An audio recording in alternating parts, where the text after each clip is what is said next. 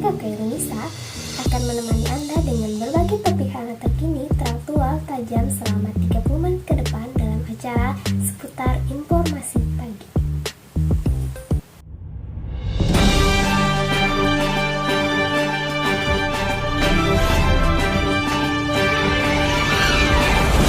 Pemirsa, COVID-19, virus yang diduga berasal dari Wuhan, China ini meresahkan warga dunia karena sangat cepat menyebarnya. Seperti yang sudah ditetapkan oleh Organisasi Kesehatan Dunia, virus ini telah menjangkit lebih dari 100 negara, termasuk di Indonesia. Di Kalimantan sendiri, virus ini telah menjangkit 46.000 orang lebih dan masih terus bertambah. Dan perkembangan terbaru kasus COVID-19 di Kalimantan Tengah Minggu 7 November 2021 pukul 15 waktu Indonesia Barat. Berdasarkan data yang dirilis oleh Media Center Satuan Tugas Percepat Penanganan COVID-19 di Kalimantan Tengah, jumlah akomodasi data sampai saat ini, pasien konfirmasi positif COVID-19 di Kalimantan Tengah bertambah sebanyak 6 orang. Dengan total kasus mencapai 46.000 orang pasien dinyatakan sembuh. Dan pasien dinyatakan meninggal dunia sebanyak 0 orang, atau dengan tingkat kematian 3,4%. Kasus sembuh COVID-19 di Kalimantan Tengah mengalami penambahan sebanyak 11 orang. Dalam 24 jam terakhir, dengan adanya penambahan tersebut, kasus COVID-19 mencapai 45.000 orang sampai saat ini. Kasus sembuh COVID-19 mencapai 45.000 orang sampai saat ini di Kalimantan Tengah dan semakin membaik, maka Kepala Dinas Pendidikan Kota Palangkaraya mengusulkan simulasi pembelajaran tatap muka yaitu PTM. PTM terbatas mulai dijalankan di tingkat sekolah dasar di Palangkaraya, Kamis 21 Oktober 2021. Salah satunya di SD Islam Nurul Islam. Pelaksanaan simulasi PTM terbatas merupakan yang perdana untuk tingkat SD dan ada 45 sekolah lainnya yang sudah mengusulkan untuk pelaksanaan simulasi PTM terbatas dari 125 sekolah tingkat SD. Untuk pelaksanaan PTM, pihak sekolah diminta mempersiapkan daftar periksa serta SOT.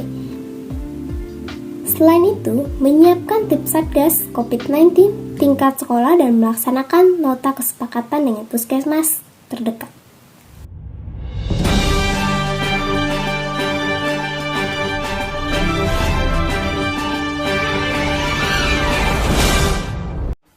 Sebanyak 21 sekolah jenjang pendidikan sekolah dasar atau SD dan sekolah menengah pertama atau SMP di Kota Palangkaraya sejak 1 November telah memulai pembelajaran tatap muka atau PTM.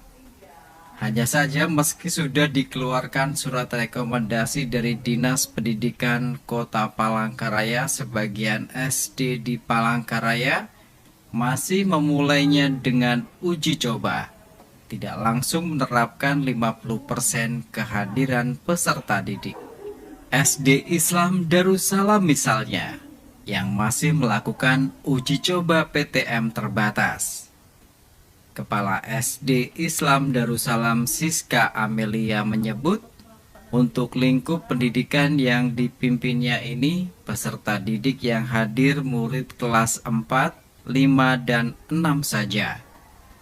Sementara murid yang melakukan pembelajaran di dalam kelas pun hanya 5 orang. Alhamdulillah untuk pelaksanaan uji coba, ini kan sudah di hari yang keempat pelaksanaan uji coba.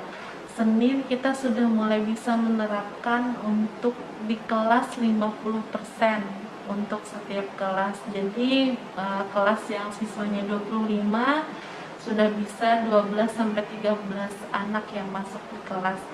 Karena seminggu pertama ini memang kita menerapkan ke anak-anak protokol kesehatannya, membiasakan anak-anak untuk cuci tangan masuk, cuci tangan pulang, diperiksa suhu tubuh. Itu dulu kita terapkan. Seminggu ini alhamdulillah anak-anak kita lihat sudah terbiasa, maka pekan depan itu akan bisa dilaksanakan untuk 50% pembelajaran tatap mukanya. Dan tentunya tetap yang di rumah anak-anak belajar secara daring, yang di sekolah langsung tatap muka dengan Bapak Ibu gurunya. Ara, murid kelas 4 SD Islam Darussalam ini mengaku senang sudah bisa kembali belajar di ruang kelas. Dia bisa bertemu dengan teman dan guru serta belajar pun lebih memahami daripada saat pembelajaran daring. Kalau disuruh memilih, kamu lebih memilih belajar di rumah atau di sekolah, dan kenapa? Di sekolah karena seru gitu sama teman-teman belajarnya. Kira-kira kalau di rumah sama di sekolah lebih mengerti di mana pembelajarannya? Di sekolah.